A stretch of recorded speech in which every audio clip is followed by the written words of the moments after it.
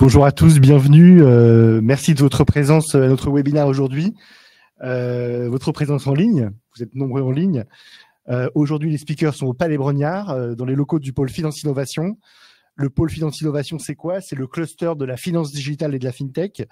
Le but d'un cluster, c'est de faire travailler ensemble les acteurs académiques, les startups innovantes et les grands groupes pour faire avancer l'innovation. Aujourd'hui, nous allons explorer un sujet pour lequel il y a un besoin d'innovation collaborative en écosystème. Il y a de nombreux verrous à lever, beaucoup de contraintes sur lesquelles le travail collaboratif peut aider. Nous allons traiter de la difficulté qu'ont les acteurs économiques à se faire assurer dans des zones noires. Les zones rouges, zones noires, on va parler de plusieurs couleurs, mais en tout cas, de la difficulté à se faire assurer. Donc l'intitulé aujourd'hui, c'est « Qu'adviendra-t-il des acteurs économiques en zone inassurable ?» Alors, qu'est-ce qu'un risque assurable? On a eu un parterre d'actuaires, d'assureurs et bien au-delà.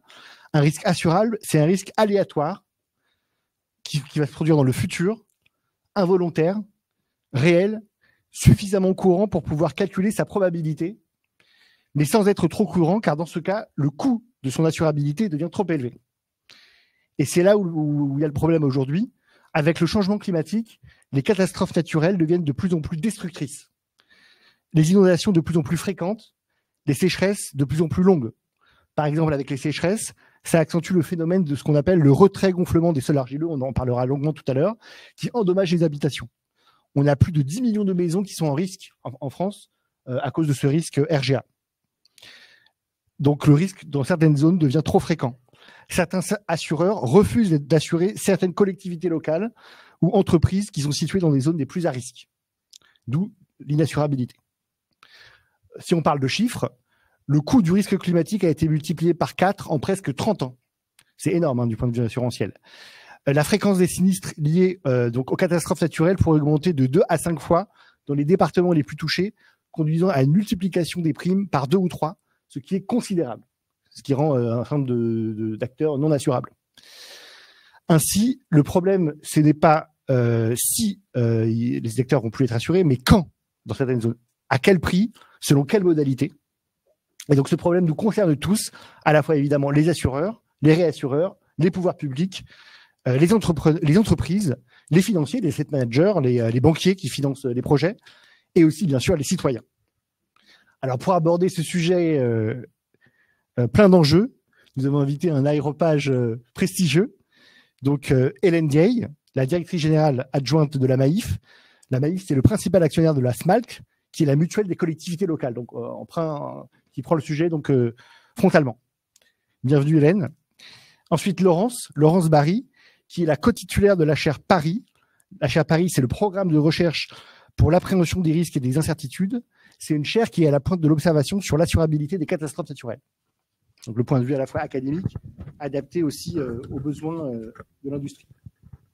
Ensuite, François-Xavier Hay, le directeur des investissements de la Caisse centrale de réassurance. La Caisse centrale de réassurance, c'est le réassureur public qui gère le système de couverture contre les catastrophes naturelles qui est garanti par l'État. Intéressant d'avoir le point de vue de la CCR. Ensuite, Dounia Belghiti, qui est la présidente de PhD Talent. PhD Talent, c'est une entreprise qui a l'habitude de faire travailler ensemble des chercheurs de disciplines très différentes pour aider à lever les verrous qui bloquent l'innovation. Donc des chercheurs en sciences humaines, en sciences dures, faire travailler, donc on sait que la recherche est très cloisonnée, donc casser les cloisons entre les chercheurs. Et enfin, Chloé Coursaget, présidente de Circomplex. Circomplex, c'est une agence qui fait dialoguer entre les acteurs académiques, donc les industriels, les assureurs, les banquiers, les asset managers, qui cassent les silos pour trouver des solutions innovantes en faisant dialoguer tout le monde en écosystème, dans le cadre de Lab d'innovation en écosystème dont on parlera tout à l'heure. Sans plus attendre, on va commencer par la première question, Laurence. Un petit peu le diagnostic. Pourriez-vous nous résumer en quelques mots la situation? Où en sommes-nous? Oui, ça marche. Ça marche. Merci beaucoup. Alors, ce que j'ai fait en fait pour répondre à votre question, c'est que j'ai regardé un peu les derniers rapports qui ont été publiés, notamment par les réassureurs, qui sont ceux qui ont accès à des données mondiales sur ce sujet. Et on voit dans le dernier rapport de Swiss Re qui est paru récemment que de leur point de vue, il y a eu, alors ils disent au cours des dernières années, une augmentation des catastrophes naturelles de 5 à 7%. Alors eux parlent des sinistres assurés, mais quand on regarde la courbe qu'ils proposent au cours des 30 dernières années, on voit très bien qu'il y a une petite exponentielle qui nous laisse présager un avenir radieux, et les 5-7%, c'est probablement une interprétation linéaire sur les dernières années. Mais si on regarde vraiment les données telles qu'ils les présentent, quand on regarde vraiment les statistiques, on se rend compte qu'en fait, les catastrophes naturelles, il y a des années où il y a des pics, et puis il y a des années où on revient à une sorte de normale. Et ce qu'on voit au cours des 10-15 dernières années, c'est qu'après une année de pic, en fait, la normale ne revient pas à la moyenne où elle était auparavant. Et donc, en fait, on a une forme de plateau d'une période à l'autre. Et le plus récemment, le plus grand pic récent, c'est 2017, avec 3 gros ouragans. Et en fait, après 2017, on n'est pas du tout revenu au niveau précédent. On a même multiplié par 2, en fait, si on regarde la moyenne sur ces années-là. On passe de palier en palier. Ouais, exactement. Dès qu'on a multiplié par 2. Alors, vous pouvez me dire, il s'agit des sinistres assurés, peut-être que les gens s'assurent plus qu'avant, et ça pourrait expliquer cette augmentation. Mais quand on regarde ça, ils ont regardé aussi, on se rend compte qu'avant 2017, donc c'est Irma, c'est des gros ouragans, on est passé en gros de 30% de taux de pénétration de l'assurance à 40%. Donc ça explique une partie de l'augmentation, mais ça n'explique pas du tout la totalité de ce qui s'est passé. Voilà. Donc si on regarde la France et on zoome sur la France, on se rend compte en fait qu'il se passe à peu près la même chose, c'est-à-dire qu'à partir de 2016, pas 2017, un peu avant, on a eu une augmentation des sinistres qui est très importante. Avec, on n'est pas revenu à la normale, je crois, à part l'année. Alors ça, c'est les données CCR. À part l'année 2021, on est toujours resté après 2016. En fait, on n'est jamais revenu à ce qu'on appelait la normale auparavant. Une autre chose intéressante, c'est que au niveau monde, les sinistres qui sont les plus importants sont les ouragans et les tremblements de terre. C'est pas ça qui caractérise la France, même si on a eu Irma, donc effectivement un cyclone qui nous concerne. Si on regarde la France métropolitaine, ce sont les inondations et les sécheresses. Et ce dont on se rend compte en fait depuis 2016, c'est que soit on a de fortes inondations certaines années, soit on a de fortes sécheresses. Mais en fait, on ne revient jamais non plus à la normale. Donc voilà, au cours des 30 dernières années, une grosse augmentation qui concerne le monde, qui concerne la France, et toujours chez CCR, en fait, ils ont fait une analyse pour essayer de savoir ce qui allait se passer dans les 30 prochaines années. Et de leurs analyses, on se rend compte que ça va continuer. Et leur évaluation, c'est que à horizon 2050, les catastrophes vont augmenter encore de 50% par rapport à ce qu'on a observé jusqu'à présent. Voilà, avec une différenciation sur les périls, mais c'est moins important. Merci beaucoup, Laurence. François-Xavier, quelle est ta vision du diagnostic du sujet? Merci, Laurence. Peut-être quelques rappels sur ce que c'est que CCR. CCR, c'est une institution qui a été créée en 1946 à côté de la CNAV et de la CNAM, donc avec pour ambition de justement de créer de la solidarité, de la mutualisation face à ce type d'enjeux, les catastrophes naturelles, pour rendre les Français justement solidaires face à ce type d'enjeux, comme on les rend solidaires sur la vieillesse ou la maladie. Ceci étant dit, c'est en 82 qu'on a mis en place un régime plus spécifique pour que les assureurs puissent faire le choix de la CCR et se réassurer et mutualiser du coup une certaine portion des garanties de dommages pour financer ces catastrophes naturelles. On voit bien évidemment qu'avec une augmentation, comme tu l'as précisé tout à l'heure dans ton introduction, de ces événements à cause d'un changement climatique dont on ne perçoit pas forcément très clairement comment la fréquence ou l'intensité des événements va se produire, ça chamboule un peu l'aléa qu'on peut percevoir en tant qu'actuaire. On est toujours à essayer de mettre une moyenne volatilité sur un aléa avant de pouvoir sortir la prime pure. Typiquement là, si on commence à chambouler ces métriques, on voit que l'équilibre économique peut être chamboulé. Donc forcément, ça pose des questions. Alors c'est face à cette perception que Thierry Langrenay a produit un rapport en 2023 sur les différentes modalités pour faire évoluer le dispositif de mutualisation qui reste finalement comme un bien commun, comme un assureur. Il faut quand même penser à chaque fois quel est le chemin d'un euro que l'on paye à travers une prime dans un contrat d'assurance. Le but d'un assureur, ça reste de payer un sinistre comme un réassureur, de payer et d'accompagner les assureurs face à des événements qualifiés. Donc on voit bien que cette approche dans ce rapport met en évidence finalement ce que j'allais dire le cube COSO en général met en évidence, c'est plus une problématique de gestion des risques au sens global, en termes d'exposition, de vulnérabilité, et puis à la fin, quand on a qualifié ce qui était assurable, donc très clairement l'événement qu'on va pouvoir financer avec un produit d'assurance. Un produit d'assurance ne peut pas fonctionner pour tout. Si on a quelque chose qui arrive tout le temps, autant prendre un produit d'épargne et puis encaisser les chocs comme on le fait dans nos vies quotidiennes par rapport à des petits événements.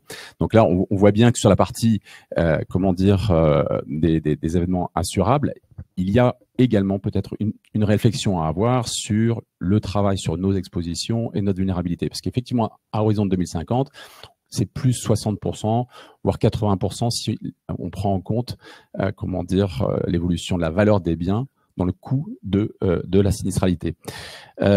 Donc la première des décisions qui a été prise suite à ce rapport Langrenay, ça a été d'augmenter la part des primes perçues sur les contrats, les garanties dommages. Donc la surprime a augmenté. Donc la Caisse centrale de réassurance perçoit de fait une augmentation de son aliment pour pouvoir faire face, parce que jusqu'à présent structurellement, avec tous ces événements, en moyenne, on était toujours systématiquement déficitaire sur notre résultat technique. Donc là, l'augmentation de la prime par rapport à l'estimation qu'on se fait, encore une fois, de cet aléa aujourd'hui avec le meilleur état de l'art, eh bien, on voit que on peut redevenir, entre guillemets, profitable également sur ce résultat technique. Donc là, peut-être pour reposer un peu les termes de ce débat, je dirais que bon, d'une part, il y a l'évolution du changement climatique avec cette augmentation de la fréquence et de l'intensité des événements sur l'ensemble du territoire français, donc également avec les Drôme, donc avec après Irma, Chido, Garance, plus récemment, Bellal. Et donc, on voit que, par rapport à cette évolution de ces événements, on a également une évolution des pratiques assurantielles. On est tous aujourd'hui,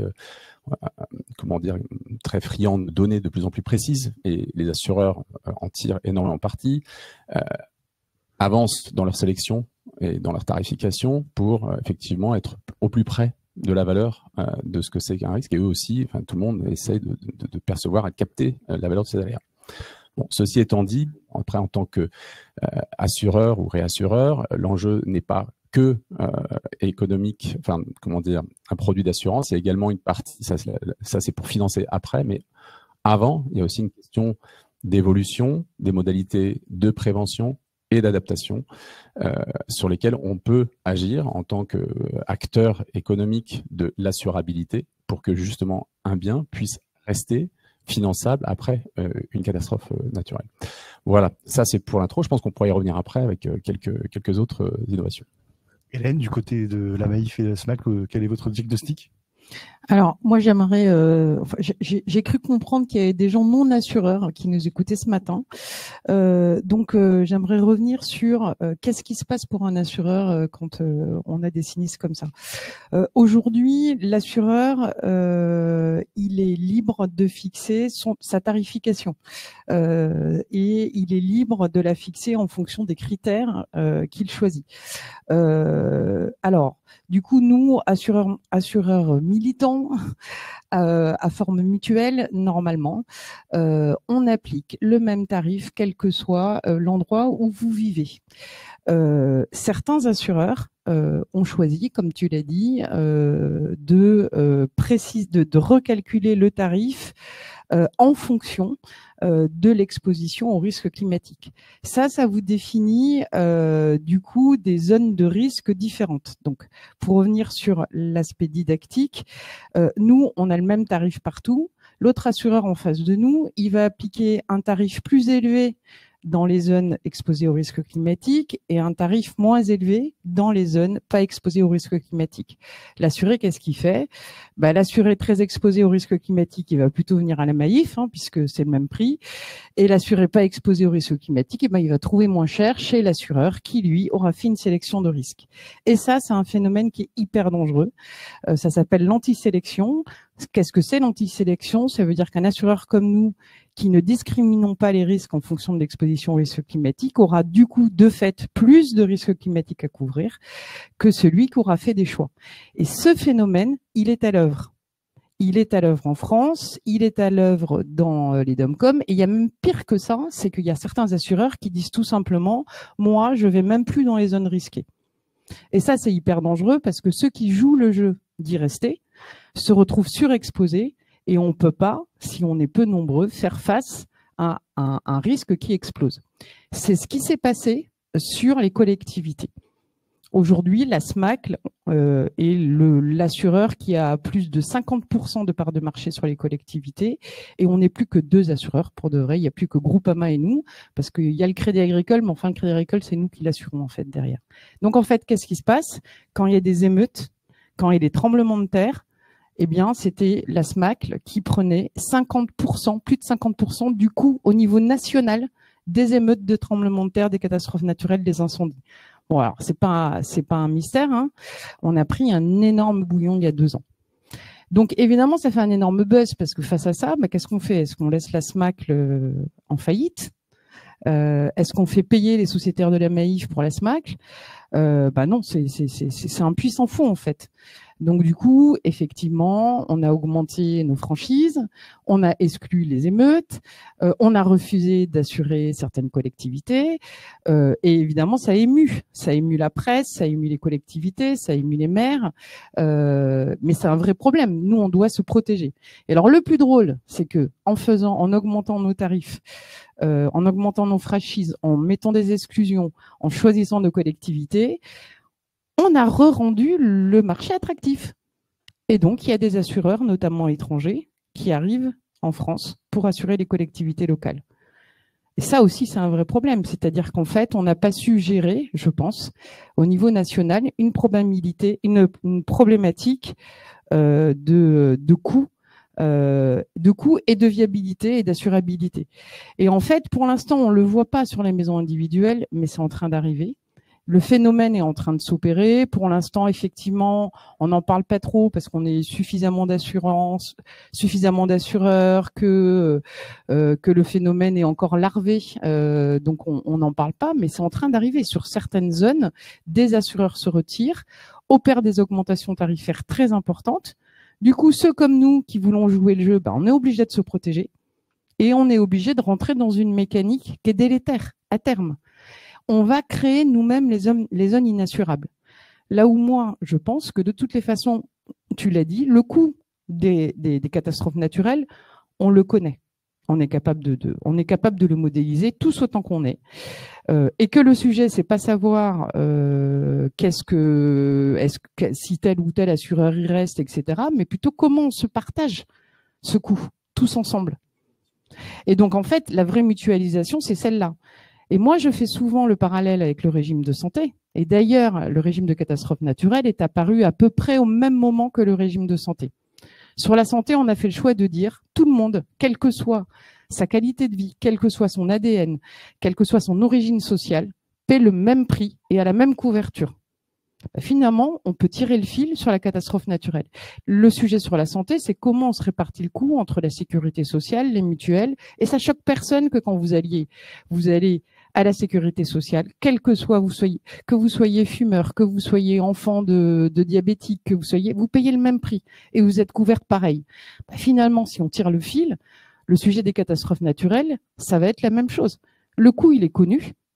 Et comment on s'assure que tout le monde peut assurer et vivre dans le lieu qu'il choisit. Alors évidemment, quand je dis ça, je suis moins émue par les maisons secondaires, mais plutôt pour le droit à chacun de pouvoir vivre à un endroit donné.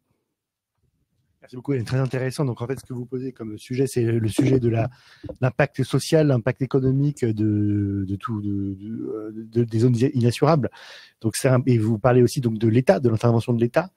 Alors peut-être du point de vue donc François-Xavier de la CCR, quelle est l'action de l'État sur tous ces sujets? Donc on a compris le diagnostic. Que fait l'État? Parce qu'en réalité, l'État c'est un peu le réassureur en dernier ressort. Hélène disait qu'il y avait plus d'assurance contre les émeutes. Donc au final, c'est l'État qui va payer. Donc que fait l'État en matière de zone inassurables. Alors, bon, la CCR est une entreprise privée. D'accord, dont l'actionnaire est effectivement l'État, comme la Banque Postale ou la CNP par exemple. Donc c'est un petit peu, je peux pas parler au nom de l'État, ce que je sous-entends bien sûr. On a cependant été missionné pour réaliser un observatoire de la mutualisation plus que de l'assurabilité, parce que l'assurabilité, on peut regarder d'un côté quelle est l'offre et puis entre guillemets quelle est la demande, c'est-à-dire quelles sont les problématiques de risque. Sur les problématiques de risque, c'est le PNAC qui est chargé d'ici 2 ans de produire justement une cartographie. C'est quoi le PNAC? Le PNAC. Le PNAC. Faut parler, il faut traduire. Faut qu'on arrête de parler dans notre langue. Il faut qu'on parle dans la langue française. Le plan national d'adaptation au changement climatique qui effectivement va essayer de cartographier les zones sur lesquelles il va y avoir plus qu'une tension, j'allais dire, d'assurabilité, mais surtout des zones qui vont devenir inhabitables ou dangereuses. Les plus simples à comprendre, c'est sans doute celles qui sont en bordure du trait de côte. Enfin, on voit bien des habitations, manifestement, il y a de l'érosion. Alors l'érosion est renforcée aujourd'hui, va peut-être plus vite qu'avant sur les falaises d'Étretat que compte tenu de l'évolution des marées, enfin de la hauteur des océans, de la mer. Donc là, il y a mécaniquement quelque chose d'assez simple à comprendre. Une maison qui tombe à la mer n'est plus assurable. Bon. Plus largement, au-delà de ça, la question de certaines zones plus en tension pour des causes d'inondation. En montagne, on peut avoir des éboulements, on peut avoir plusieurs situations avec des problématiques d'inondation ou de sécheresse, et sur lesquelles faut forcément, là, on arrive dans une zone plus grise où on peut se dire, bon, il y a de la tension d'assurabilité et on revient sur cette question de ce qu'on peut faire pour renforcer sa capacité, diminuer sa vulnérabilité face à l'évolution de ces aléas. Donc, nous, la cartographie qu'on va produire, c'est peut-être plus pour répondre à ce que Hélène pointait du doigt tout à l'heure, c'est quelle est l'offre d'assurance disponible sur le territoire. Alors, évidemment, c'est une question de granularité de data. Puisqu'on peut regarder ça à l'échelle communale, mais la commune ayant une superficie, on imagine bien qu'il y en a qui sont sur une colline et d'autres au bord de la rivière, et que le détail sera sans doute plus dans l'infracommunal, où il peut y avoir effectivement des effets de sélection, sans parler des Outre-mer, où là on a une exposition et effectivement le choix de certains assureurs de se retirer. Donc, après, la question, c'est qu'est-ce que l'on fait pour effectivement, à la fois mutualiser, mais en même temps rester alerte et responsable face au risque. Alors, un des choix qu'a mis en avant Hélène en tirant le trait, en se disant finalement l'équilibre économique n'ayant pas résisté sur les premières institutions, sur la vieillesse et la maladie, pour des questions de gestion. Donc, de gestion des risques. On parle bien de gestion des risques vieillesse et de gestion des risques maladie, qui ont donc amené par cette déresponsabilisation à rendre tout le monde quelque part sous un chapeau. Et à la fin, on fait un chèque, mais on sait bien aujourd'hui que l'accès à la santé et la qualité de la santé n'est pas non plus au rendez-vous. Donc, la question est peut-être de voir les choses un peu plus finement et de manière responsable aussi. Et c'est, je pense, la conclusion de notre débat ici, c'est comment est-ce qu'on s'implique tous dans nos différents rôles en tant que citoyen, en tant qu'entreprise, en tant qu'assureur, pour justement arriver à travailler sur la compréhension des risques. Donc là, on a besoin d'une grande finesse, d'information, de données. On le voit bien sur la prévention par rapport à l'assurance auto. On sait très bien que le risque auto ne concerne pas pareil les hommes et les femmes, et que, on fait le choix en tant qu'assureur d'ignorer et pour mutualiser dans le produit, d'ignorer le sexe avant pour offrir la prime. Alors qu'en prévention, en revanche, c'est là où on se dit qu'on a besoin de comprendre. Donc, on n'a pas forcément le même besoin en amont et en aval. C'est ce que je veux dire de cette gestion des risques. Et de paramétrage de la prévention. Et donc, il y a une question de mutualisation, effectivement, où on peut ignorer tout, mais en même temps, on peut, à mon avis, dans le produit d'assurance, faire le choix d'une mutualisation qui forcément va est un vrai choix de mutualisation sur certains paramètres, mais en même temps, il faut quand même en comprendre les enjeux pour pouvoir impliquer les uns et les autres dans la construction d'une adaptation, d'une prévention. Ce que tu dis, Jean-Xavier, c'est qu'il faut une espèce de mutualisation lucide, donc il faut mutualiser, donc c'est la philosophie de l'assurance, mais en ayant conscience des vraiment paramètres de risque pour pouvoir agir sur la prévention. Tout à fait. Peut-être Laurence, en écoutant François-Xavier, il nous parle de données, de data, d'observateurs de des mutualisations. Qu'en est-il du point de vue de la chaire sur justement les données, la data, le partage des données? Quelle est ta vision là-dessus? Alors, c'est assez intéressant parce qu'en fait, dans le cycle précédent de la chaire, qui ne travaillait pas sur les catastrophes, mais qui travaillait sur les données massives, on s'était vraiment posé cette question de savoir ce qu'allaient faire les données massives sur l'assurance en général. En se disant, en fait, l'assurance fonctionne à une certaine forme de solidarité. Donc là, je voudrais dire deux choses. Donc la solidarité, en fait, on peut la définir à 3 niveaux. Et il y a un premier niveau qui consiste à dire, je mets tout le monde dans le même sac, quel que soit leur niveau de risque, quel que soit leur niveau de revenu. C'est un peu ce qu'on a fait avec la sécurité sociale. Et donc ça, c'est un premier niveau. Donc on ne distingue rien. Ensuite, on peut se dire, on va limiter la solidarité en solidarisant en fait les risques. C'est-à-dire qu'à ce moment-là, je ne tiens pas compte du risque pour créer un système dans lequel il y a une mutualisation à ce niveau-là. Et puis il y a une dernière forme de solidarité où on est encore plus granulaire, où on dit en fait on va se limiter à une solidarité qu'on peut dire aléatorique, c'est-à-dire qu'on met des gens en théorie qui sont absolument identiques et qui mutualisent entre eux leurs risques. Et donc quand on travaillait sur les données massives, on se disait en fait on est en train de passer de cette forme très générale à une forme de plus en plus granulaire qui fait qu'on va arriver à cette solidarité théoriquement aléatorique qui en passage asymptotique voudrait dire que chacun va payer pour son risque parce qu'il n'y a jamais 2 personnes exactement identiques. Et à ce moment-là, en fait, c'était la fin de l'assurance. Alors ce dont on s'est rendu compte quand on travaillait sur ces sujets de façon générale, c'est que sur l'assurance en général, notamment on parlait beaucoup d'assurance automobile avec les données télématiques, ça ne s'est pas fait, notamment pour les raisons que François-Xavier vient d'évoquer.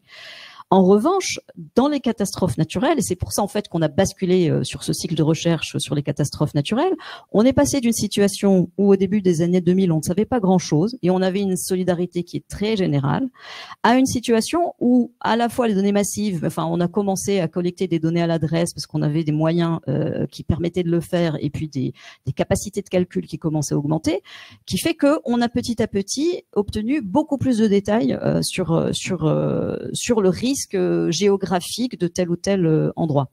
Et donc, quand le régime CatNat s'est mis en place, en fait, on ne savait pas grand-chose. Donc, on avait une tarification, on a commencé avec à peu près 5%.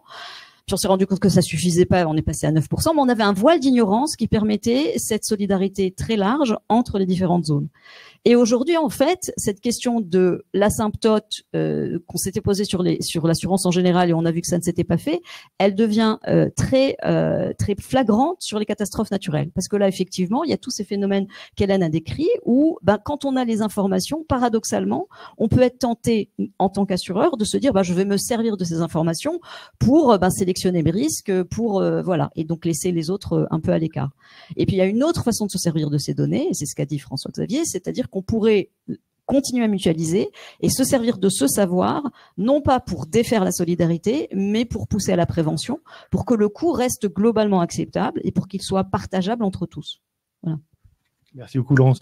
Donc, par rapport à ce que dit Laurence, François-Xavier, donc, et par rapport aussi à ce que tu as dit, donc, le fait qu'il y ait un impact de la prévention sur le comportement, sur la façon d'agir, qu'est-ce que vous avez fait à la CCR pour essayer d'influencer les comportements? Alors, avant de répondre plus précisément à la question, je pense que c'est un petit peu comme dans la CSRD, on a une espèce de double matérialité à considérer finalement dans cette problématique. On voit bien l'impact rentrant du changement climatique sur nos équilibres économiques et donc on en parle, on essaie de voir comment on mutualise, ainsi de suite. Et puis bien après, comme vis-à-vis du changement climatique dans la CSRD, où on essaie de pointer du doigt ce que l'on fait avec nos investissements pour justement contribuer à une transition vers des énergies renouvelables, là c'est pareil. Qu'est-ce que l'on fait finalement pour s'adapter en prévention? Voilà. Donc il y a cette double matérialité en tant qu'acteur dans la gestion des risques qui est à prendre en compte. Et donc, ce qu'on s'est posé comme question dans nos travaux sur la gestion active-passive finalement, et ou investir, comment dire, les réserves que l'on doit faire fructifier dans le temps pour pouvoir mieux répondre et apporter plus de capacité pour l'absorption de ces catastrophes naturelles. On s'est dit, mais peut-être qu'on devrait justement investir dans des solutions de prévention et d'adaptation. Et donc, on a créé un fonds qui s'appelle le fonds CCRF, Climate Change Resilience Fund, qui a été doté de 50 millions d'euros. On pourrait monter même à 100 millions si la thèse se révèle être comment dire, pertinente. Et on va investir. D'autres assureurs vous rejoignent. Et effectivement, on a eu effectivement, après avoir parlé de cette initiative, l'expression d'intérêt de plusieurs assureurs qui ont effectivement qui souhaitent également rejoindre cette dynamique. Et l'objectif est d'investir dans quelques sociétés comme un fonds d'investissement, mais qui vont vraiment apporter des solutions, j'allais dire mesurables, dont l'impact, dont les produits, dont les dispositifs vont contribuer vraiment à faire diminuer les sinistres. Donc la rentabilité recherchée n'est pas tant sur le point économique. Évidemment, il faut que ces entreprises soient, viables économiquement et profitables, mais elles doivent aussi apporter finalement un impact qui se mesure sur quelques exemples de quand on investit, on peut investir dans différents dispositifs. Je parlais tout à l'heure d'une maison au bord d'une falaise. On pourrait construire une digue pour pas que bon, mais après, si la maison sans la vue fait 100 000 euros, bon, avec la vue, je sais que c'est autre chose, mais vous voyez ce que je veux dire. Après, c'est une sur d'autres problématiques, on peut penser à des dispositifs très simples, j'allais dire de bâtard d'eau, de prévention à titre individuel. On peut penser à des dispositifs plus collectifs de prévention, de mobilisation, pour que les assurés soient mieux prévenus, et plus conscience peut-être de ce qu'ils peuvent faire à l'échelle de leur habitat, avec des mesures très simples. Sur le RGA, le retrait gonflement des argiles, il y a aujourd'hui beaucoup d'entreprises, de start-up qui réfléchissent à des mesures horizontales, des mesures qui utilisent, y compris des éléments naturels, des arbustes, des choses comme ça, pour préserver une certaine hygrométrie dans les sols. Donc il y a beaucoup de solutions qui commencent à émerger et qu'il faut mettre en évidence, qu'il faut peut-être accompagner.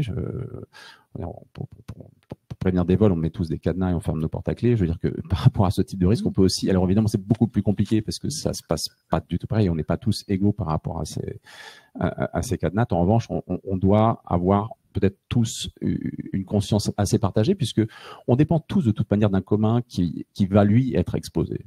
C'est parce qu'on habite au 3e étage que si le sous-sol est inondé, on ne sera pas aussi. On voit ce qu'il en est sur les problématiques des ascenseurs. Enfin, voilà, tout ça pour dire que c'est un problème qui nous concerne tous. Et effectivement, ce fonds ouvre peut-être la réflexion de manière plus collective quand on invite l'ensemble des cédantes à nous rejoindre dans cette dynamique, des assureurs qui sont assurés réassurés avec la CCR. Eh bien, c'est aussi pour accompagner l'émergence de ce débat de manière plus collective, parce que c'est pas simple, je pense, pour un assureur de parler de prévention et d'adaptation. C'est pas facile de se différencier en disant de se différencier avec un produit qui va demander plus à l'assuré. C'est un peu ça finalement la prévention, et je pense que si on fait pas de manière collective, c'est compliqué. La ceinture de sécurité, elle est obligatoire. Donc est-ce qu'il faut en arriver là? Et c'est compliqué vu qu'on est tous encore une fois différents par rapport au risque exposé. Je trouve que c'est très intéressant ce que tu dis. Ça montre que on n'est pas que dans un sujet exogène d'actuariat, on calcule des risques qui augmentent, on augmente les prix. C'est le truc un peu facile, quoi. D'ailleurs, on n'arrive pas à s'en sortir comme ça. Ce que tu dis, c'est qu'il faut que les assureurs mouillent un peu la chemise et ils vont regarder concrètement ce qu'on peut faire pour faire de la prévention. Et donc déjà, les assureurs, c'est quand même des principaux institutionnels en France, et donc ils peuvent déjà investir. Ils peuvent investir dans l'innovation, dans la créativité. Donc je trouve que c'est très intéressant de montrer que ce sujet, c'est un sujet aussi d'action et pas un sujet endogène et pas seulement un sujet exogène. Ensuite, on l'a pas dit, mais la chaire Paris, c'est une chaire aussi qui est beaucoup impactée sur la partie sciences humaines. On mélange les sciences humaines et l'actuariat et les sciences dures pour travailler ensemble. Donc là aussi, le fait que tout à l'heure on écoutera Chloé et Dounia sur le fait qu'il faut hybrider les différentes connaissances pour pouvoir avancer et lever les verrous sur ces sujets. Et je reviens justement sur les problèmes socio-économiques dont parlait Hélène. Chloé, quelle est ta vision du sujet? Qu'est-ce que tu perçois en termes de problèmes socio-économiques impliqués par le risque d'inassurabilité? En fait, c'est un choix de société. On est en face d'un immense choix de société. Pour moi, c'est un des premiers grands défis d'adaptation contemporains. L'Université des Nations Unies, il y a 2 ans, a dit que le risque d'inassurabilité était un tipping point, un point de bascule, au même titre que l'extinction des espèces ou la disparition des eaux souterraines. Pourquoi il dit ça? Parce que ce n'est pas une question d'assurance. C'est une question de comment on fait collectif ou pas. Parce que finalement, là où j'ai pas d'assurance, je suis pas protégée et donc je suis d'autant plus précarisée. Donc je vais avoir, si je suis dans des enjeux d'inassurabilité, des zones où je suis protégée, je suis riche, tout va bien, et des zones où j'ai plus rien. Qu'est-ce qui se passe derrière en termes social, en termes de culture, en termes de sécurité, en termes économiques, etc., etc. Donc en fait, le sujet, c'est des impacts socio-économiques en cascade pour les personnes et pour les États et pour les entreprises. Et c'est ça qui nous intéresse, c'est d'arriver à anticiper ça, à travailler avant qu'il soit trop tard et avant que finalement, ça ne soit qu'une question d'assurance et d'État. Parce que ça sera trop tard. Une entreprise, si elle n'est pas assurée, ne peut pas travailler. C'est pas vrai pour les petites entreprises. Mais une grande entreprise qui travaille avec des marchés publics, qui travaille avec des marchés privés, doit attester de son assurance. Sinon, il n'a pas le marché. Une entreprise qui distribue dans la grande distribution des biens alimentaires, s'il n'est pas assuré, ne distribuera pas parce qu'il doit garantir la continuité de sa responsabilité jusqu'au consommateur. Une collectivité qui n'est pas assurée ne peut plus accueillir d'enfants handicapés. Il peut accueillir des enfants, il ne peut pas accueillir des enfants handicapés. C'est quoi le modèle de société derrière? Ça veut dire quoi de ce que nous sommes? Est-ce qu'on continue à entretenir des infrastructures pour des gens qui n'ont plus rien? Est-ce qu'on continue à entretenir l'eau, l'électricité, etc. Alors, il y a la valeur de l'immobilier. Ça, c'est un drôle de mystère, le paradoxe de la vue. Aujourd'hui encore, sur le trait de côte, les prix s'envolent, certes. Mais ailleurs, là où c'est du RGA, là où en général, d'ailleurs, on est en plein dans la diagonale du vide. Dans le RGA, une valeur va perdre la totalité de la maison va perdre la totalité de sa valeur parce qu'elle est fissurée de partout. Qui ça atteint? A priori, c'est pas des résidences secondaires. Ça touche immédiatement les institutionnels, les banques, parce que j'ai pas de crédit immobilier dans une zone inassurable. Et puis le crédit immobilier sur une maison RGA, a priori, il a un petit problème de garantie. Si la banque doit aller mobiliser cet actif. Donc j'aurai un crédit immobilier seulement si j'ai un autre actif à cautionner. Donc je pourrais dire, ok, je garantis sur mon assurance vie ou sur ma résidence secondaire, celle qui est près de la côte. Donc l'effet en chaîne, vous le voyez très très bien. Hein. Voilà. Alors je gonfle le trait, mais c'est pas pour être anxiogène, c'est pas pour faire peur. Je gonfle le trait pour montrer que ce n'est pas une question d'assurance. C'est pas une question de réassurance. C'est une question de choix de société. De quel modèle on veut. Merci Chloé. Hélène, de votre côté, est-ce que vous pouvez un peu développer le risque politique justement lié à tous ces sujets Oui, alors effectivement, et moi je rejoins complètement Chloé sur le fil que l'on peut tirer parce que ça crée des inégalités évidemment très très fortes d'un territoire à un autre, de choix qu'ont les personnes d'habiter à un endroit ou à un autre. On n'oppose plus les urbains et les ruraux, on oppose les somewhere et les anywhere, et c'est bien de ça dont on parle. Et effectivement, quand on dit qu'une maison est inassurable, ça veut dire que c'est tout qui s'effondre, le modèle économique, etc. Et on voit d'ailleurs certaines mairies qui refusent de faire des PPRI, pas parce que les plans de prévention des risques, et notamment inondations, parce qu'elles refusent d'admettre qu'elles sont sur des zones exposées aux risques naturels, parce qu'elles ne veulent pas que le prix des maisons et le tissu économique s'effondrent. Et j'avoue que à la place des maires qui sont dans des petites communes qui sont exposées à ça, je serais tout aussi embarrassée. Mais bon, on recule le tas de sable et que là-dessus, à part une mécanique de solidarité, je ne vois pas ce qui peut marcher. Et donc on voit bien que c'est un sujet qui est politique avant d'être technique, et que le phénomène est là, il est connu par tous, extrêmement bien maîtrisé par les assureurs, hein, tu l'as dit, et peut-être un peu moins par l'État parce que ils n'ont pas été jusqu'à présent obligés de le faire, mais je pense que ça va le devenir. Et face à ça, alors on a parlé prévention, atténuation. Je pense aussi qu'il faut convoquer la façon dont on adresse ce sujet du risque climatique. Et nous, c'est pour ça qu'à la Maïf, on avait choisi de faire le dividende écologique, parce qu'on s'est dit, bon, il y a la partie investissement, on peut investir dans la technologie, on peut investir dans la recherche, etc. Mais il faut aller un cran plus loin. Et nous, on a décidé de dédier 10% de notre résultat annuel. Alors, on l'a appelé dividende, en plus, évidemment, pour une mutuelle qui n'a pas d'actionnaire. C'était fait exprès. On s'est dit, le seul actionnaire qu'on a finalement, c'est la planète, c'est la nature, c'est l'environnement.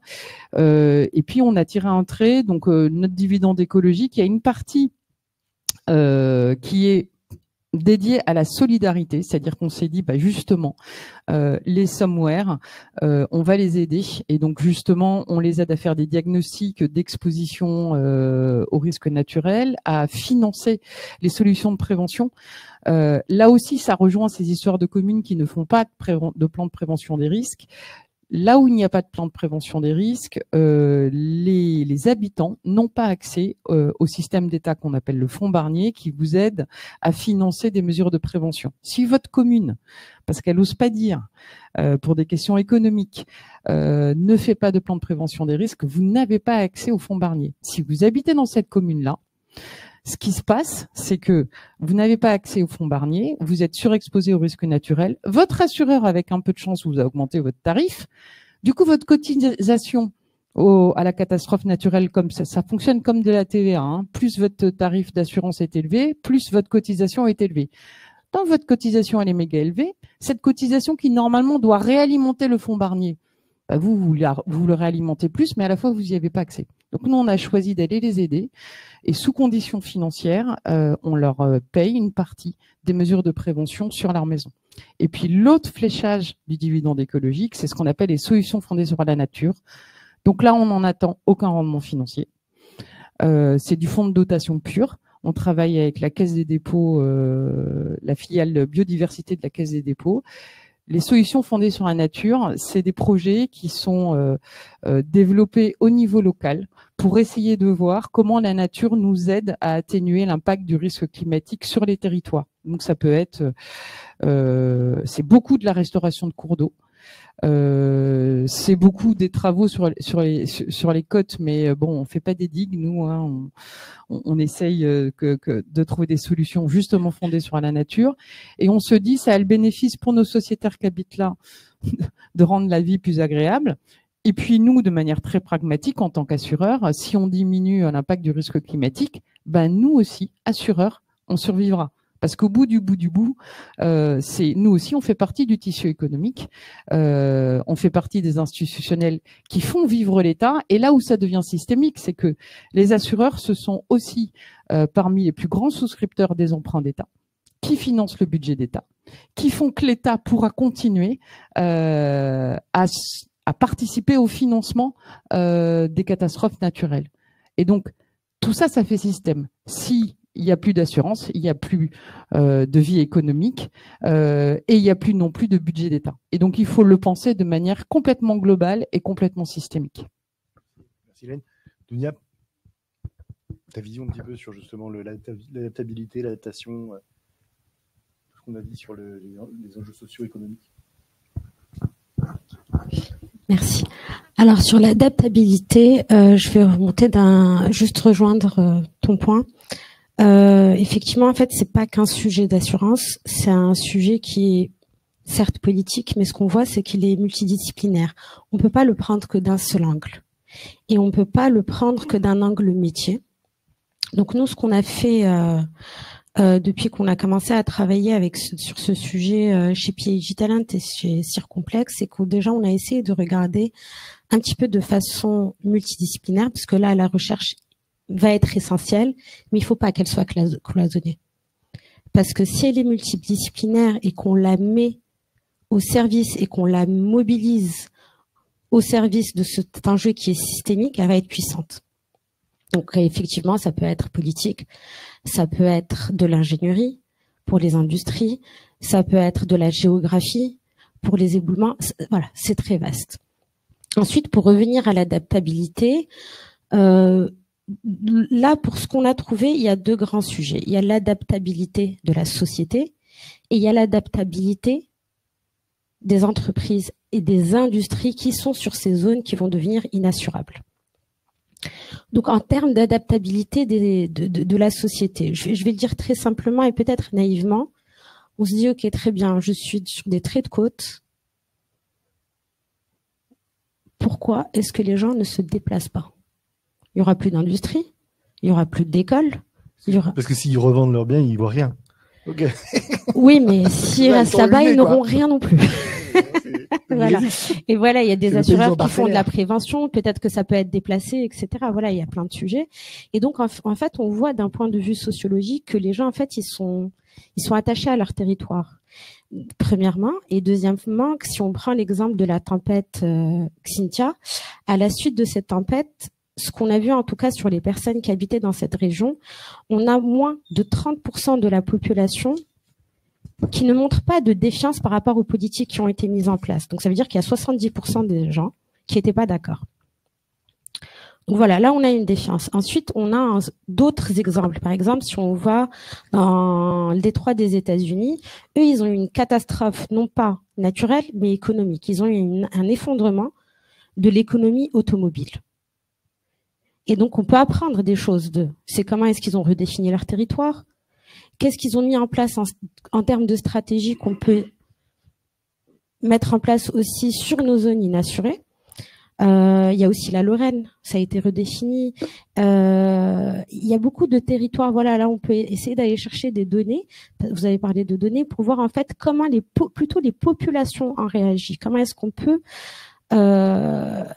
réfléchir, parce qu'à un moment, ça va arriver.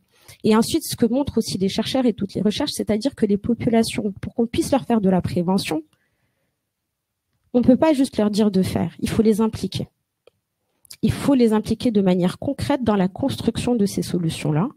Et aussi, il faut les impliquer tout en impliquant d'autres acteurs. Par exemple, les chercheurs peuvent avoir un tiers de confiance.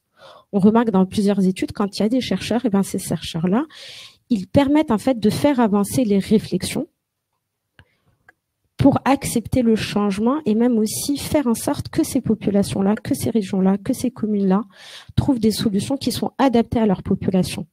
Et que le sujet ne reste pas justement la topophilie, donc l'attachement au territoire, mais c'est plutôt comment je sécurise mon industrie, comment je crée un futur pour mes enfants, comment je sécurise ma santé avec les hôpitaux, etc. Donc là, on rentre dans un nouvel élan, parce que leur problème n'est pas financier, mais il est plutôt territorial. Et puis, enfin, l'attachement à leur territoire. Donc ça, c'est pas pour les maisons secondaires et tout, c'est vraiment les gens qui habitent dans des territoires. Et ensuite, quand on parle en termes d'industrie, on dit bon bah très bien, l'industrie, je vais la déménager. Mais c'est pas juste un déménagement physique. C'est des recherches, enfin c'est pas des recherches, mais c'est une mise en œuvre et une réflexion qui prend des années, parce que je dois réfléchir le fait de bouger cette industrie. Comment est-ce que mes procédés de cette zone-là vont être adaptés à la zone où je vais la déménager? Comment je transfère mon savoir-faire? Comment je transfère mon économie? Comment je fais en sorte que mes chaînes d'approvisionnement locales restent les mêmes? Ou comment je compte les modifier? Voilà, c'est énormément de problématiques et on ne peut pas juste les voir d'un point de vue d'assureur, d'un point de vue... Voilà, il faut vraiment essayer d'être dans une pluridisciplinarité. Je ne parle pas qu'il y a les chercheurs, bien évidemment, parce qu'ils apportent énormément. Ils ont beaucoup avancé, donc il faut être en capacité d'exploiter ces données-là et de les mettre entre les mains de décideurs et d'acteurs économiques. Et il faut aussi impliquer les acteurs économiques dans ces réflexions-là. Merci beaucoup, Dunia. Juste avant de terminer le dernier sprint de questions, dire aux auditeurs qu'ils peuvent poser des questions en ligne. N'hésitez pas, on aura un petit sprint, on dit qu'il y a quelques questions. N'hésitez pas à poser quelques questions. Alors, je t'écoute, Dunia, et moi, mon sujet, alors, la recherche, telle que je la connais, c'est quand même quelque chose de long terme. On va lancer des testifs, on va lancer des postdocs, ça prend du temps. Donc, j'ai l'impression que c'est quand même urgent à ce dont on parle. Est-ce que c'est vraiment la recherche et une réponse, vu le temps que ça prend, à nos sujets? Alors la recherche, effectivement, dans l'industrie, on parle que de tests, chiffres, etc. Mais la recherche, c'est beaucoup plus que ça. C'est des laboratoires, c'est des chaires, c'est des gens qui travaillent vraiment sur un temps long. Et c'est de la recherche fondamentale. C'est de la théorie et de l'expérimental. Nous, ce dont je parlais tout à l'heure, donc l'exploitation de la donnée, on va être sur une autre modalité temporelle. C'est-à-dire qu'on doit aller vite pour répondre rapidement à des questions de décideurs et que ces réponses, ou plutôt ces éléments, ces savoirs puissent être actionnables. Donc concrètement, comment on le fait et comment le dispositif qu'a créé et fondé Circomplex et puis Digitalent, ça va être trois briques. D'accord, si je peux l'imager de cette manière. Donc, le premier, c'est le format même de la recherche. Donc, c'est une recherche accélérée. Donc, c'est des sprints de recherche. Ils vont permettre de mobiliser en quelques semaines quelques chercheurs autour de disciplines variées pour répondre à une problématique donnée. J'ai une question et j'en attends une réponse. D'accord? Donc là, on peut pas tout ouvrir indéfiniment et aller chercher des financements, etc. Problématique précise auquel on va. Précise, c'est-à-dire je sais quand est-ce que je commence, je sais quand est-ce que je dois finir, et qu'est-ce que je recherche comme données ou comme élément de réponse qui peut être actionnable par des décideurs. Donc, j'en arrive donc à la deuxième partie qui est l'interface science-décision. J'ai fait de la science, maintenant je dois décider.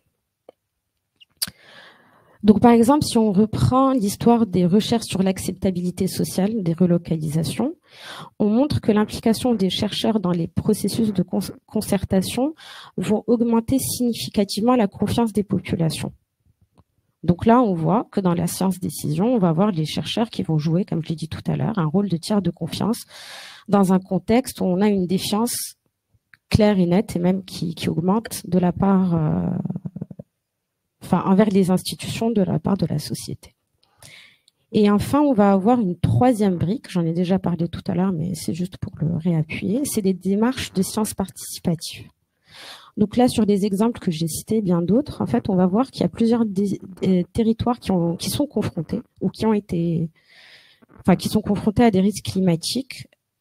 En fait, ils vont faire en sorte que leurs citoyens contribuent à la collecte de données et à l'élaboration de solutions. Et là, ça va venir renforcer à la fois la pertinence des solutions qui vont être mises en place, mais aussi à l'appropriation des mesures d'adaptation. Donc là, on pourra effectivement faire de la sensibilisation, etc. Mais on est obligé de passer par ces différentes étapes. Donc, pour en revenir à ta question et l'appuyer, donc là, on n'est pas sur une recherche qui va venir remplacer la recherche fondamentale ou expérimentale de long terme, pas du tout. Celle-là, il faut vraiment la voir comme une science qui va permettre d'apporter des éclairages scientifiques rapides et actionnables de la part des décideurs et des acteurs économiques. Donc là, tu as parlé d'urgence. On voit bien qu'on a une urgence qui nous impose de repenser les temporalités et les modalités de transformation de la production scientifique, parce que là, on est sur de la transformation de production scientifique. Et c'est là la vision qu'on a sur notre dispositif. Et là, on a vraiment la recherche qui va devenir un catalyseur d'action collective. Merci beaucoup, Dunia. Donc, tu as bien souligné l'importance de la transdisciplinarité. Peut-être, Chloé, du côté de Circomplex, qu'en est-il du travail entre différentes entreprises, différents secteurs? Quelle est ta vision là-dessus? Je pense que la seule solution pour construire cette magnifique adaptation désirable, comme certains disent, c'est de casser effectivement les silos de la science, mais surtout de casser les silos sectoriels et entrepreneuriaux, y compris au sein d'un même secteur ou d'une même filière, entre grands, petits, mutualistes ou pas, privés ou publics, dans tel territoire ou à Paris. Et dans les administrations également, parce que sur les collectivités locales, il y a aussi un paquet de silos qui remontent jusqu'au ministère ou aux agences. Donc, si on ne travaille pas en alliance, et je trouve que ce mot est magnifique et presque à la portée du destin qui nous attend, on n'y parviendra pas, d'autant plus que la date, c'est 2027, la date de la fameuse publication. Il y a quelques échéances politiques en 2027 qui devraient nous accélérer en responsabilité.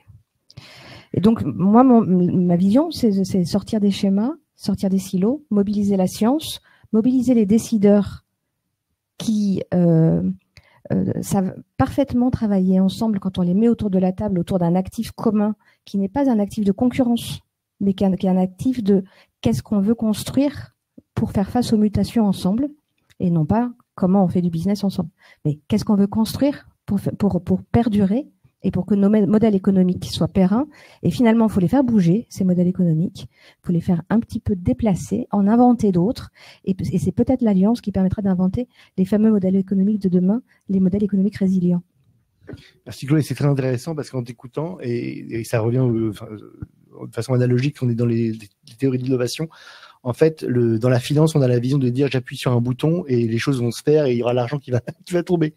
Et en fait, le problème, malheureusement, c'est pas ça. Le problème, c'est tout le process qu'il faut pour ça, en fait. Et donc, alors là, je donnais l'exemple de la finance, mais le process, il y a un process de mobilisation des acteurs, de discussion entre les acteurs, et tout ça, ça prend du temps. Mais on ne peut pas économiser toutes ces médiations. C'est ça qu'il faut que je pense que les assureurs, le monde de l'assurance comprennent, c'est que pour qu'il y ait de la prévention, il faut qu'il y ait la médiation. Alors, Dounia parle de la médiation des chercheurs, mais aussi la médiation des industriels.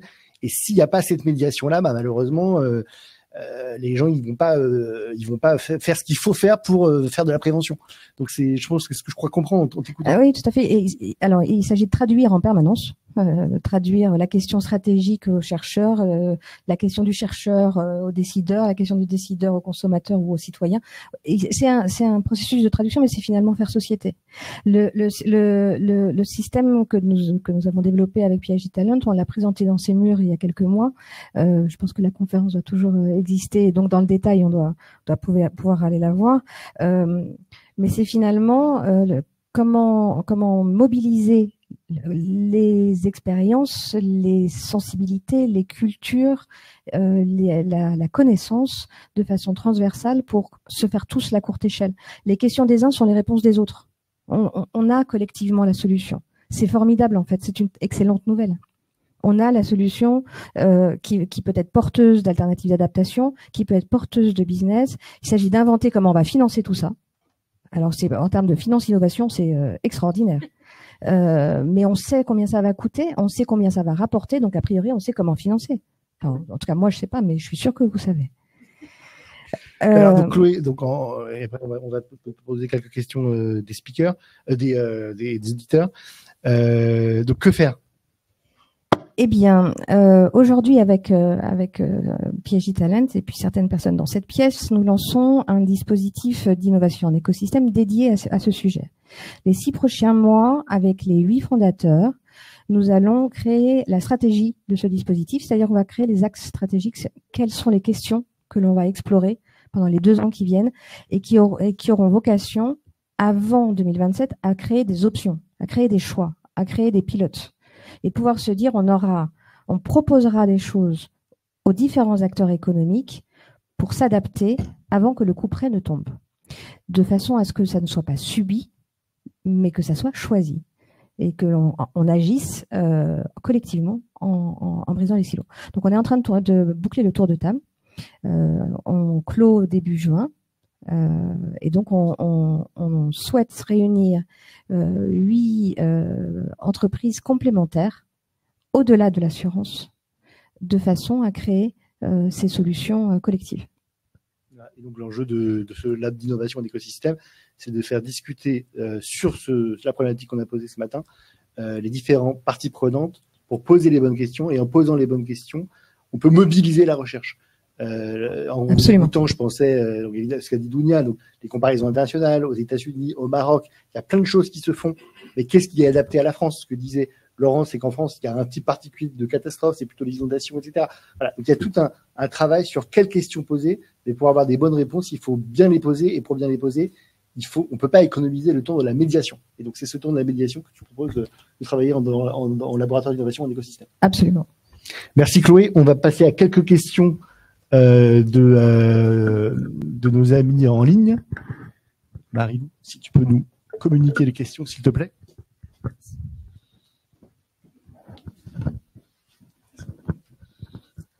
Il y en a beaucoup, donc on va en prendre quelques-unes. Alors, le manager du risque assurantiel de la commune de Villejuif vous pose cette question. Est-il important que les assureurs changent de paradigme dans la mesure où le contrat d'assurance, au-delà de son aspect financier, est un contrat social? Les collectivités territoriales souffrent de cet abandon.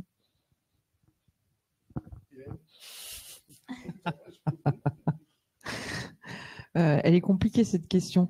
En fait, nous, ce qu'on a fait par rapport à ça, parce qu'effectivement, vous l'avez compris, quand on est le seul assureur, à terme, nous assureurs, on n'existe plus non plus, donc on a dû faire des choix un peu drastiques qui sont pas alignés effectivement avec nos valeurs fondamentales et natives en tant qu'assureur mutualiste, effectivement, de solidarité et de dimension sociale. Donc, ce qu'on a fait, c'est que, et ça j'en ai pas parlé, mais on discute beaucoup avec les pouvoirs publics pour essayer d'imaginer avec eux un dispositif à plusieurs étages pour qu'effectivement, et ça rejoint les catastrophes naturelles, en fait, ça devienne un sujet de financement et de solidarité et pas un sujet d'assurance pris unitairement. Donc, je suis complètement d'accord avec ce postulat-là, hein. C'est un rôle social que d'être assureur d'une collectivité locale. Maintenant, on peut pas y arriver tout seul. Et je pense que on doit discuter avec l'État pour voir quel est le dispositif qui est tenable à terme pour tout le monde. Merci. Après, on a...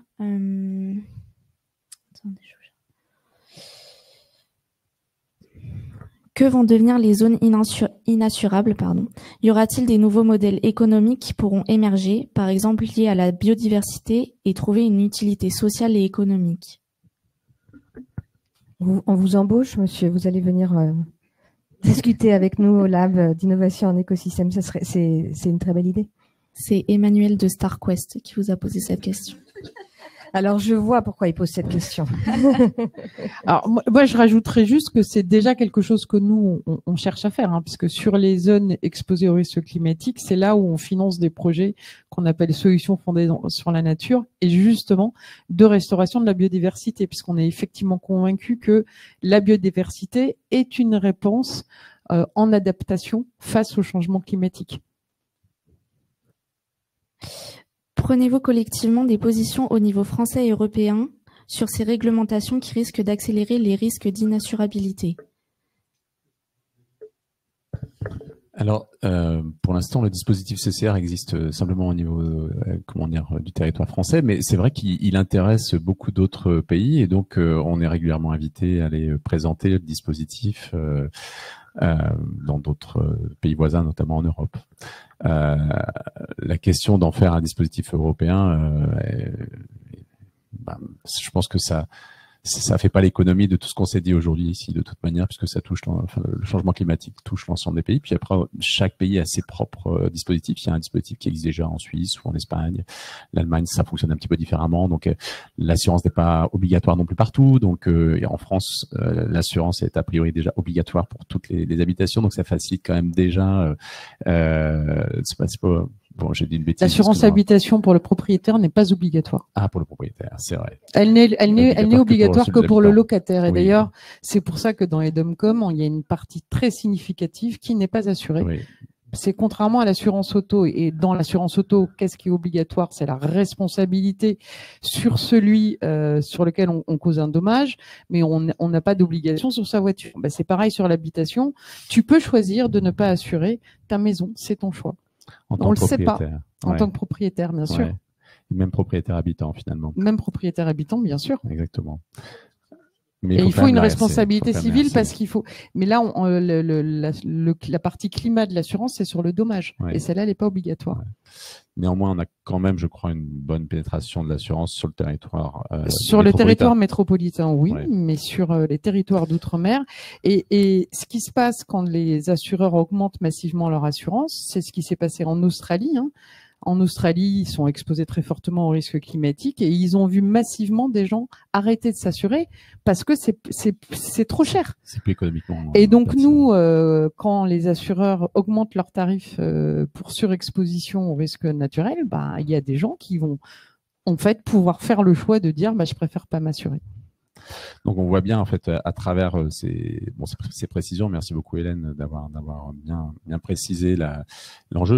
Même si effectivement en France on a quand même une pénétration plus importante que dans bien d'autres pays, l'assurance n'est pas la réponse à tout. Enfin il y a forcément besoin d'avoir effectivement ces choix de société pour bien voir ce que l'on met en commun pour faire face à cette évolution du changement climatique et ses impacts. Intéressant là, ce que tu disais Hélène et François-Xavier, c'est en gros, quand c'est plus obligatoire, il y a une démutualisation automatique, quoi. Bon, puisque les gens pauvres ou qui n'ont pas d'argent, voilà. Ils arbitrent, bien sûr. Vous avez eu peut-être une dernière question. Alors, question pour la Maïf.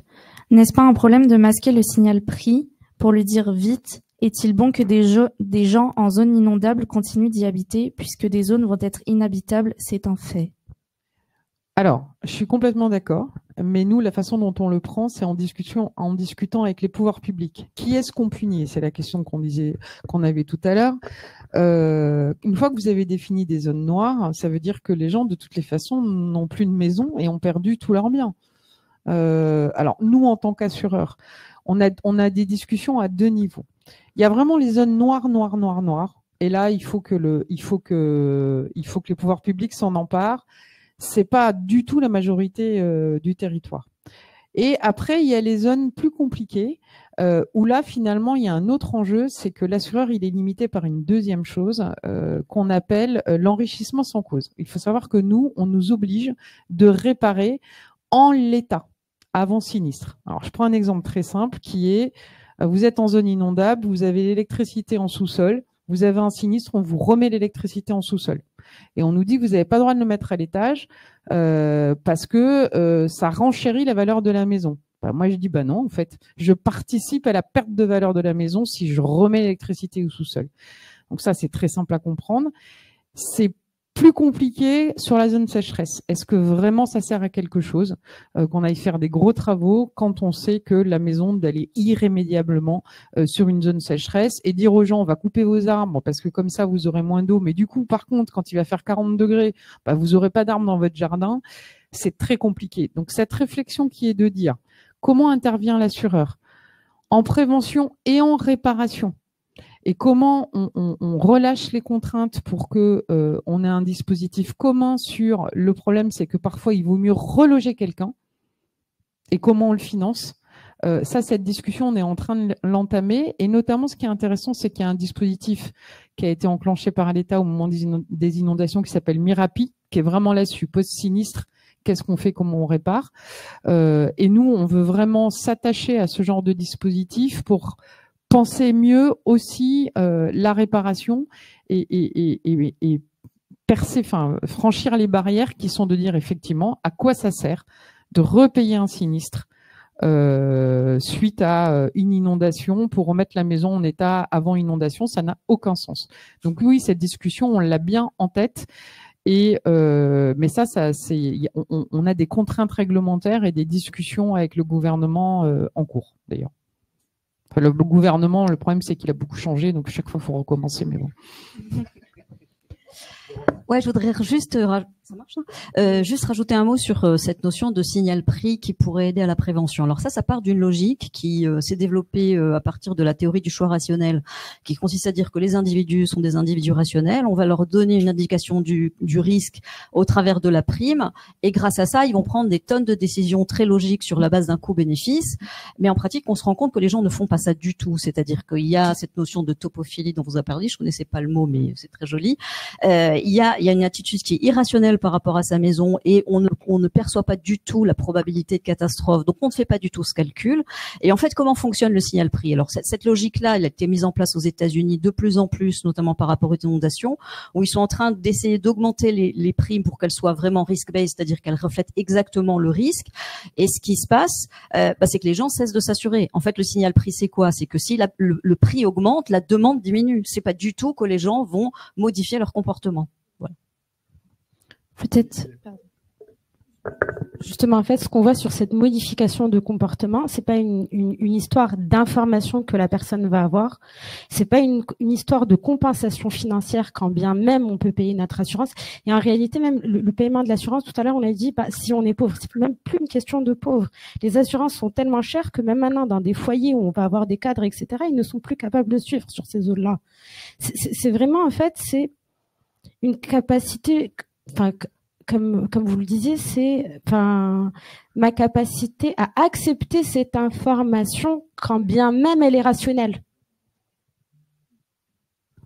Et ça, on rentre dans un autre champ. Des économistes, une des passions principales, c'est l'ignorance. Et en fait, c'est le paysan parcellaire, quoi. Il est prêt chez Max Weber, il est prêt donc à tous les sacrifices. Il ne vendra jamais sa terre. Et voilà, on est dans ces configurations-là. Mais même au-delà de l'ignorance, c'est pas ça. C'est-à-dire qu'aujourd'hui, on peut, par exemple, dans les zones arides, et quand bien même, je parle pas forcément de la France, mais on a vu des exemples dans d'autres pays, on est dans une zone aride. Si on demande aux populations d'être déplacées, il y a une économie dans cette zone-là. On en fait quoi? Donc, en fait, les financements sont tellement monstres, les implications sont monstres, c'est énorme. Donc, en fait, il faut trouver à la fois des solutions de société, des solutions industrielles. On ne peut pas juste dire, par exemple, dans les zones de sécheresse, déplacez-vous, ça ne marche pas. Alors, on voit dans certains pays, on coupe l'eau la nuit, on fait le dessalement de l'eau de mer. Voilà, on trouve des solutions. On peut pas, et c'est à travers des solutions, et ces solutions doivent être adaptées et co-construites, qu'on arrive à avancer. On ne peut pas juste dire à la personne, voilà l'information, voici la compensation financière, et hop. Merci Dounia sur ces paroles. On va s'arrêter là. Donc, il y avait sûrement d'autres questions en ligne. N'hésitez pas. Tous nos speakers sont accessibles par email. N'hésitez pas à les contacter si vous voulez continuer à discuter avec eux. Et donc, merci à tous. Tous les gens inscrits au webinaire recevront la vidéo, le lien vers la vidéo sur le site YouTube du pôle. Merci à tous et à bientôt.